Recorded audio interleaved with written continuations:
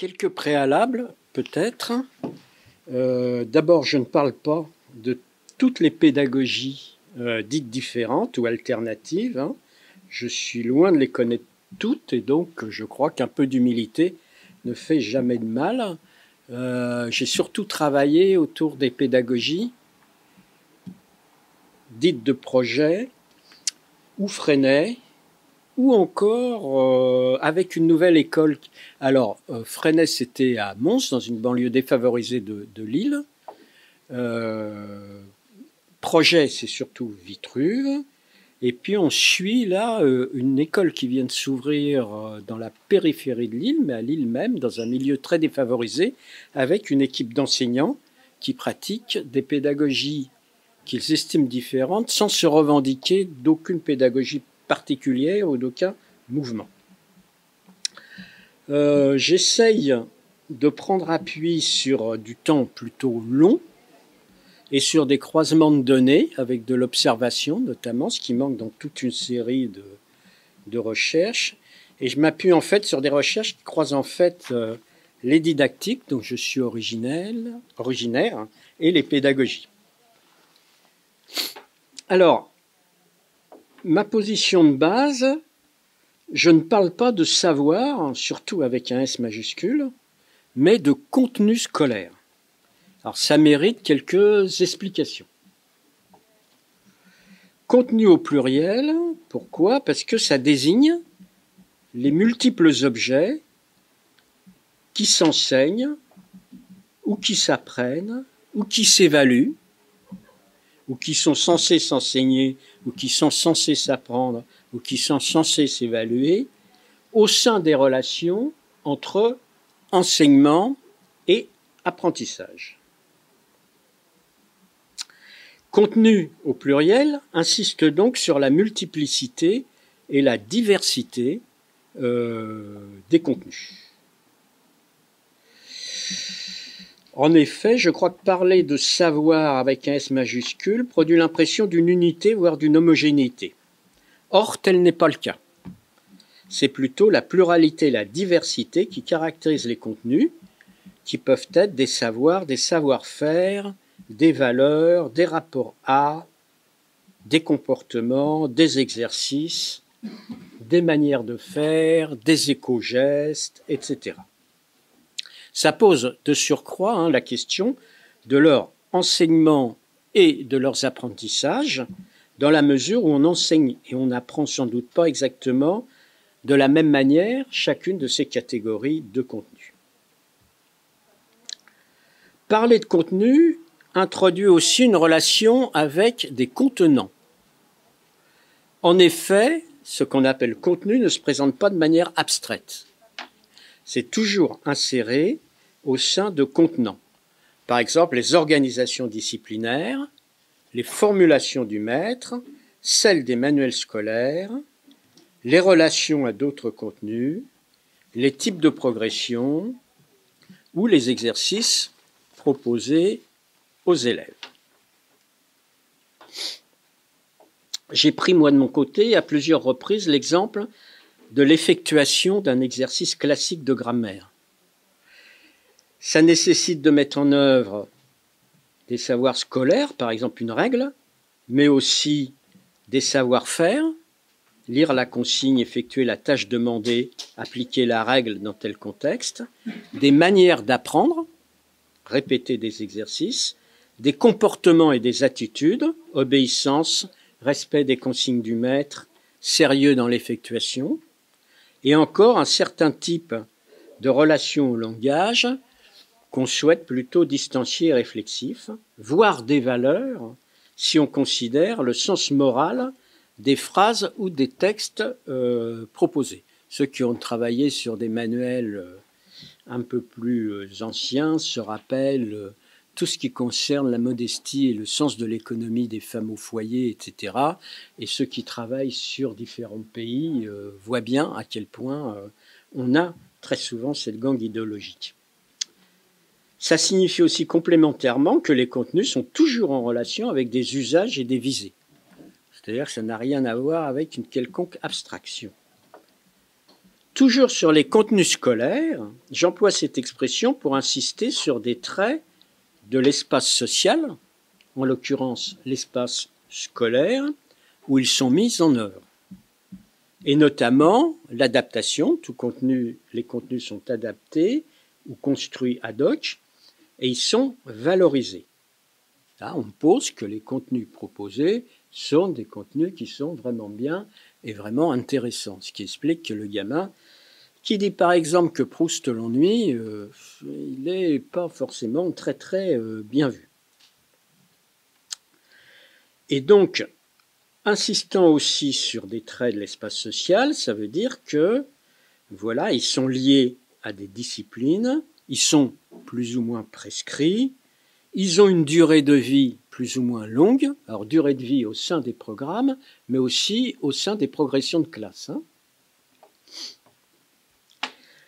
Ça introduit de surcroît des distinctions avec des contenus non scolaires que l'école a tendance à dévaloriser, comme le remarquait bien Guy Vincent. Les rapports à ces savoirs extrascolaires peuvent être différents, mais on n'y pense pas forcément quand on parle de rapport au savoir en général. Je dirais volontiers, mais on y reviendra dans la discussion, que pour moi, la notion de ce rapport au savoir a été très intéressante à une certaine époque pour ouvrir et affiner l'espace interprétatif des trajets scolaires, mais maintenant bloque quelque peu la réflexion. Elle unifie et abstrait les notions de savoir et de rapport au savoir. En tout cas, c'est toujours, quand on parle de rapport à des contenus scolaires. Comment peut-on caractériser, c'est mon second grand point, les modalités de construction des contenus dans des pédagogies différentes? L'approche que je vous propose est provisoire, non exhaustive et bien sûr à discuter autour de 11 traits que j'ai retenus. Premier trait, ce qui caractérise, à mon avis, dans les pédagogies différentes, du moins celles que j'ai pu étudier, les modalités de construction, c'est une extrême attention à la démarche d'apprentissage des contenus. Quel type d'apprenant et de sujet social construit-elle? Est-ce qu'on construit un acteur qui se veut autonome, réflexif, ou un exécutant soumis? Je vous renvoie là au texte commun des différents mouvements pédagogiques dans les débats sur la lecture, et notamment à ces textes qui avaient été produits au moment où il y avait Gilles de Robien qui voulait imposer des choses et Blanquer comme directeur de cabinet, comme quoi il n'y a pas de hasard dans la vie. Deuxième trait, c'est l'instauration d'une diversité d'entrées et de cheminements d'apprentissage possibles au travers de rôles plus diversifiés que dans la pédagogie traditionnelle. Les élèves peuvent être apprenants, collaborateurs du producteur, aides, critiques, exposants, chercheurs. Et donc, il ne s'agit pas de valoriser la diversité en tant que telle, mais ça veut dire que si une entrée ne convient pas, d'autres sont possibles. Cela s'oppose donc à l'utopie d'un parcours unique d'apprentissage imposé par une démarche d'enseignement qui serait indifférenciée.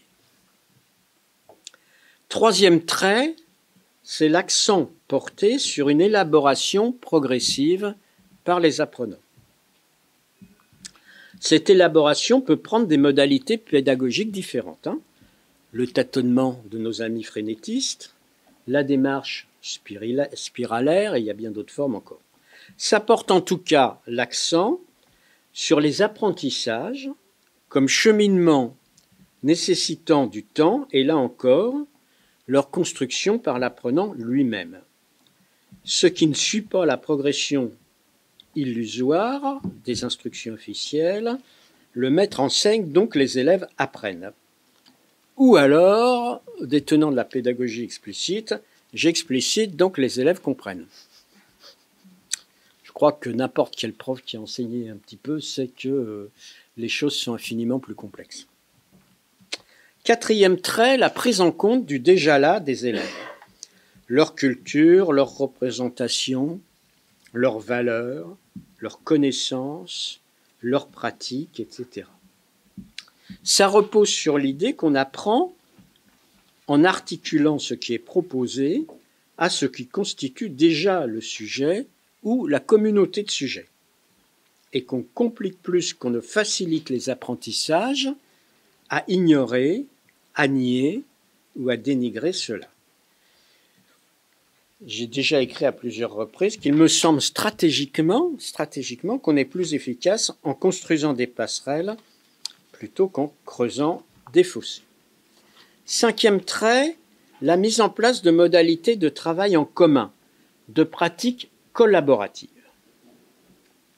Donc, c'est différent de la compétition et du stress généralisé, surtout pour les élèves issus de milieux défavorisés. Il y a des travaux en psychosociologie qui le montrent assez bien. Ça permet, entre autres, la transformation de collectifs administratifs en collectifs de travail. Ça permet une meilleure inclusion, une diversité des démarches explicatives qui passent aussi par les élèves. Attention, ces modalités de travail coopératif sont diversifiées et non exclusives. Elles s'apprennent aussi sur la durée et varient selon les disciplines et les tâches. Donc je me méfie beaucoup là aussi d'une sorte de discours généralisant sur la coopération et ses bienfaits, discours relativement indifférent au fonctionnement disciplinaire. Sixième trait, le souci d'une articulation forte entre engagement dans les activités et prise de distance réflexive, qui passe par la présentation des projets possibles, les discussions critiques, l'exposition finale, etc. Donc on a en quelque sorte une inversion de la conception classique des apprentissages scolaires, qui est on apprend pour faire après, ou on verra ce qu'on peut en faire, par on apprend par ce qu'on fait ou par cela qu'on est en train de réaliser. Voilà, il y a des collectifs qui ont écrit des choses intéressantes dessus, à une certaine époque pratique avec Jean-François Alté, mais je pense aussi à nos amis belges avec le collectif Le Grain, ou à nos amis du GFEN. Septième trait, la mise en place de différentes formes de bilan. On trouve dans ces pédagogies des bilans oraux ou écrits, individuels ou collectifs, afin de mettre en lumière ce qui est à apprendre ou ce qui est appris. Je remarquerai ici que cette articulation des bilans avec la construction progressive dont je parlais précédemment permet une véritable explicitation des contenus, différente donc de la conception de l'enseignement explicite. Huitième trait, la discutabilité.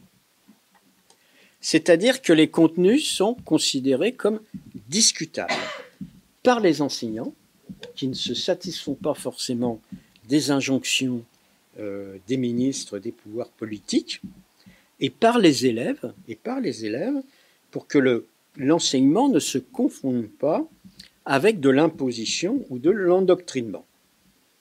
Ce qui ne signifie nullement un relativisme absolu, ça n'a rien à voir, mais une réflexion sur ce qui est recevable ou non, selon les domaines et les critères de validation.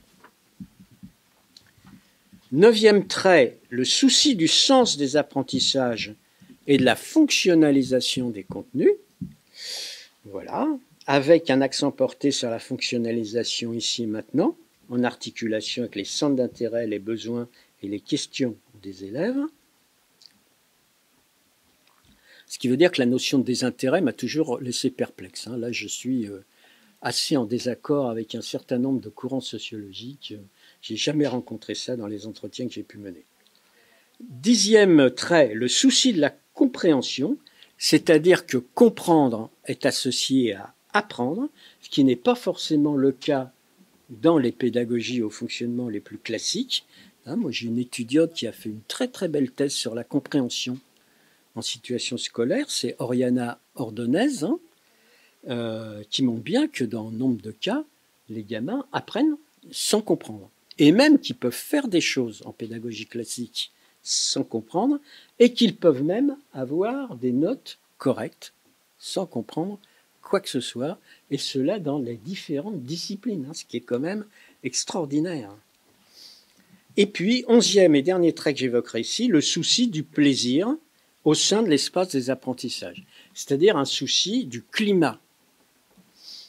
C'est-à-dire, alors, j'attire votre attention qu'il ne s'agit pas de confondre ici le plaisir des compétences visées ou des domaines en jeu et le plaisir des apprentissages. Cette confusion est souvent réalisée.